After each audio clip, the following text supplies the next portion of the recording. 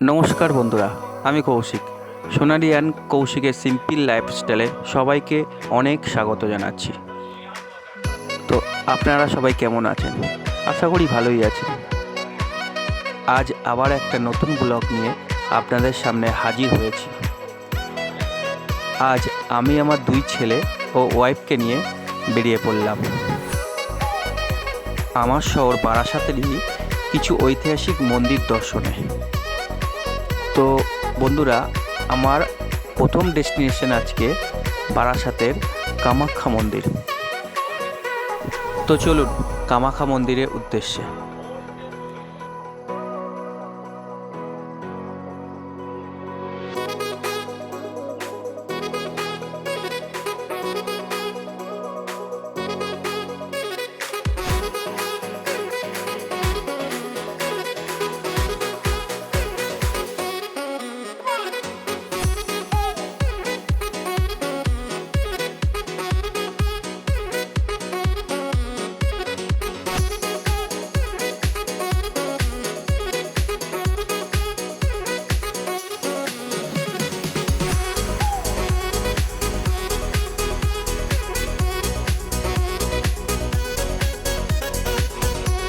তো আমরা এখন টাকি রোডে আছি।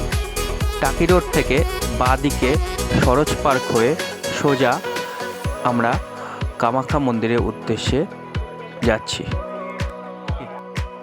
আপনারা যারা আসতে চান তারা চাপাডালি মোড় থেকে টোটো বা অটো করে সোজা কামাখ্যা মন্দিরে আসতে পারেন। খুব বেশি না, হার্ডলি 10 মিনিটের ডিস্টেন্স হবে। তো আমরা কামাখ্যা মন্দিরের গেট ক্রস করলাম, সামনেই মন্দির ডান হাতে।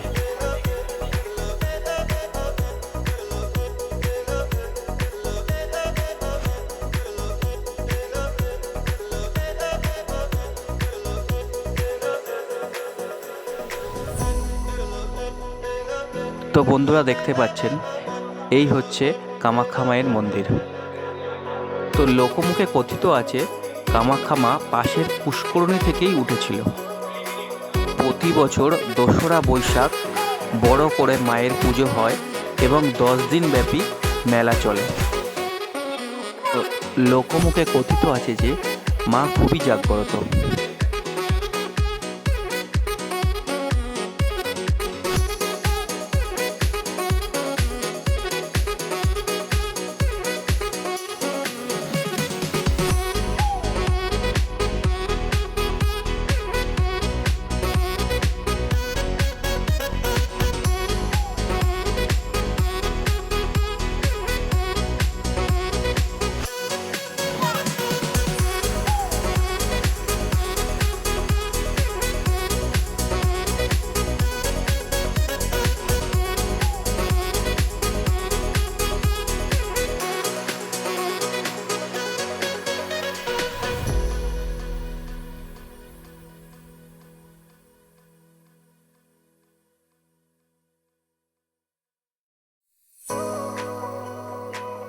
তো বন্ধুরা, আমরা চলে এসেছি মায়ের কাছে।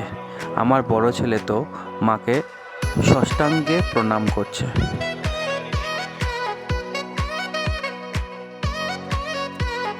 বন্ধুরা, আপনারা দেখতেই পাচ্ছেন কামাখ্যা মায়ের বিগ্রহ।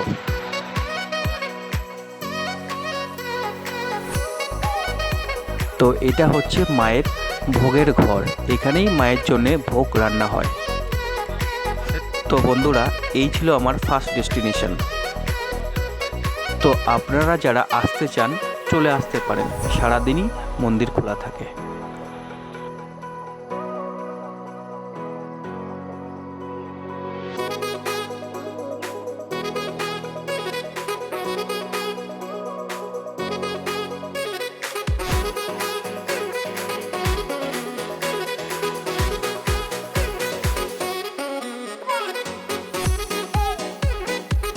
তো এবার আমাদের নেক্সট ডেস্টিনেশন হনুমান মন্দির।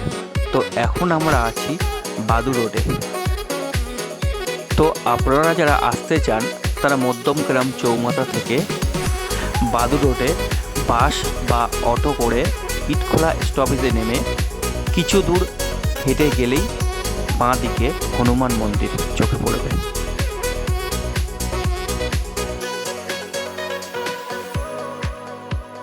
তো আমরা চলে এসেছি বন্ধুরা হনুমান মন্দিরে। তো এটাই হচ্ছে মন্দিরের প্রবেশ পথ। তো চলুন ভিডিওটা দেখতে থাকুন।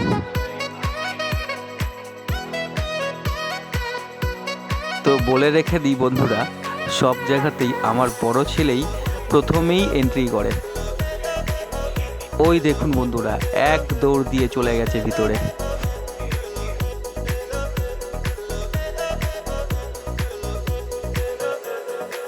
বন্ধুরা অবশেষে আমরা হনুমান মন্দিরে পৌঁছে গেছি। তো ভিডিওটি ভালো লাগলে একটা লাইক কমেন্ট করে জানাবেন ও চ্যানেলটিকে সাবস্ক্রাইব করে দেবেন।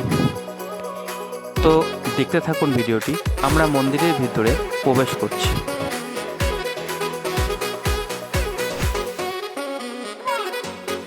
তো বন্ধুরা দেখুন, অনেকটা এরিয়া জুড়েই মন্দিরটা কিন্তু নির্মাণ করা হয়েছে।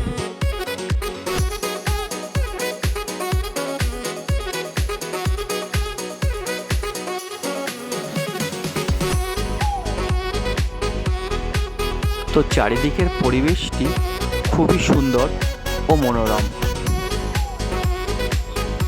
তো পাশেই মন্দিরের কোনো হোম যজ্ঞ চলছে।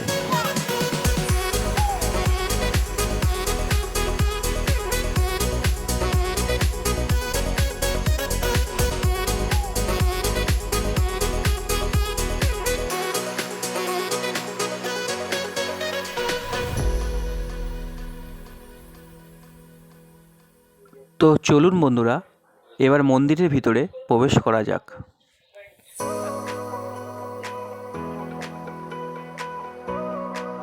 তো দেখুন বন্ধুরা, মন্দিরের ভিতরটি খুবই সুন্দর ও মনোরম।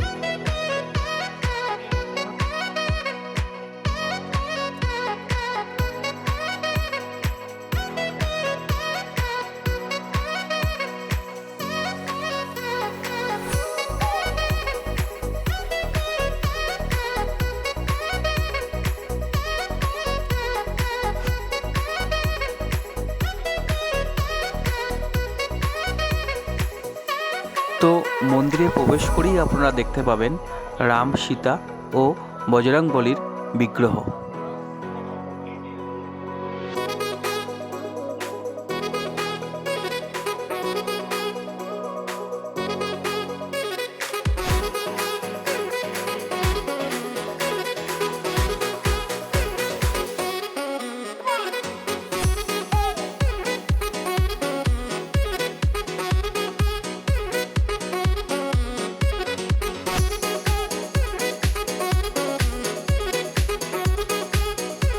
তো বন্ধুরা, আমার দুই ছেলের কিন্তু খুবই আনন্দ হচ্ছে মন্দিরের ভিতরে ঢুকে। তো আমার ছোট ছেলে তো নিজের থেকেই সবার কাছে চলে যাচ্ছে। এখনও কিন্তু ও কথা বলতে শিখেনি, তবুও সবার সাথে আনন্দ করছে। তো বন্ধুরা, আমার বড় ছেলে খেলতে খেলতে মাথার টুপিটা খুলে রেখে দিয়েছিল। তো আমার ছোট ছেলে টুপিটা দেখে আমার কাছে আবার দিয়ে চলে গেছে। দেখুন বন্ধুরা, আমার ছোট ছেলের বুদ্ধি দেখুন। যে এটা আমার দাদা ভাইয়ের টুপি, বাবার কাছেই দিতে হবে।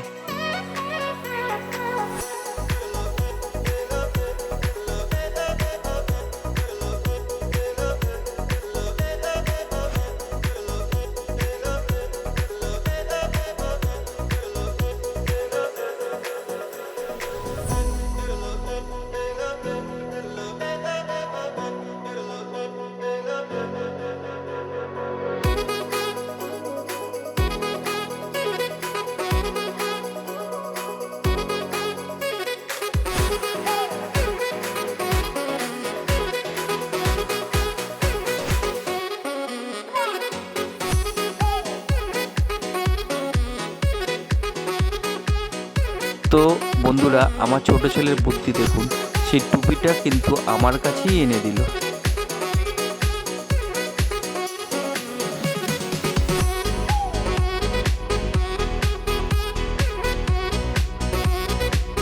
এখন আমাদের ছোট বাবু খঞ্জনি বাজাতেই ব্যস্ত।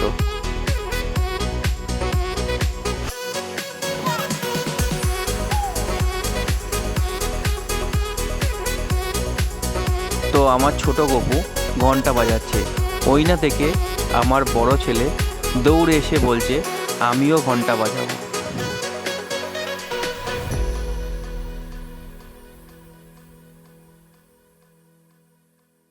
তো বন্ধুরা, এবার আমরা যাব বারাসাত ডাকাত কালীবাড়ির উদ্দেশ্যে।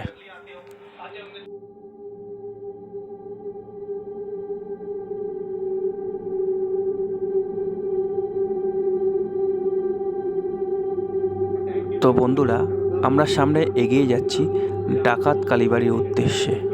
রাস্তাটা দেখলেই মনে হয় কেমন গা ছমছম করে ওঠে। তো বন্ধুরা, আপনারা নিশ্চয়ই রঘু ডাকাতের নাম শুনেছেন। লোকমুখে কথিত আছে রঘু ডাকাত এই মায়ের মন্দিরে পুজো দিয়েই ডাকাতি করতে বেরোতো। আমরা চলে এসেছি সেই ঐতিহাসিক ডাকাত কালীবাড়িতে।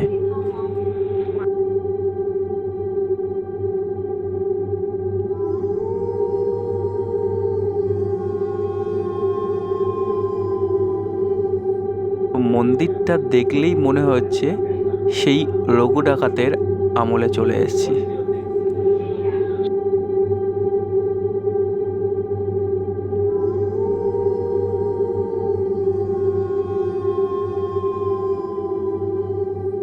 তো বন্ধুরা, এই মন্দিরে পুজো দিলে কেউ খালি হাতে ফেরে না।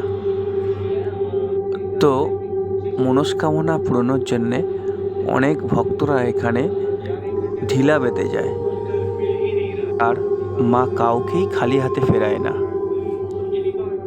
সেই ঐতিহাসিক মায়ের মন্দিরে কিন্তু এখানে মায়ের কোনো বিগ্রহ নেই। তো সেই রঘু ডাকাতের আমল থেকেই এই মন্দিরটি স্থাপিত। তো আপনাদেরকে ভিতরটা ঘুরে দেখাই। তো দেখুন। তো আনুমানিক 480 বছরেরও বেশি পুরানো এই মন্দিরটি।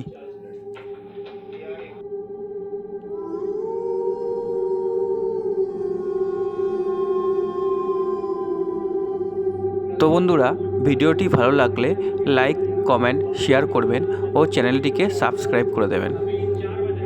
ধন্যবাদ।